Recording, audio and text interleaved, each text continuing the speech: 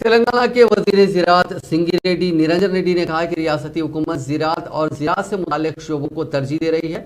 وزیر اعلیٰ چندر شیکھر راؤ نے کسانوں کی بہبود کے لیے ریتو بندھو اور ریتو بیمہ کے ساتھ ساتھ 24 گھنٹے مفت بجلی کی اسکیموں کو متعارف کیا۔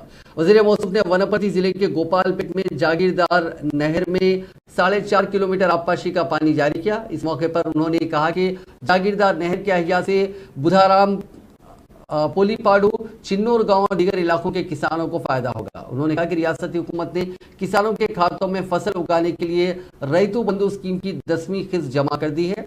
بعد ازاں وزیر نرنجن ریڈی نے مونگ پھلی کے کسانوں سے بات چیت کی۔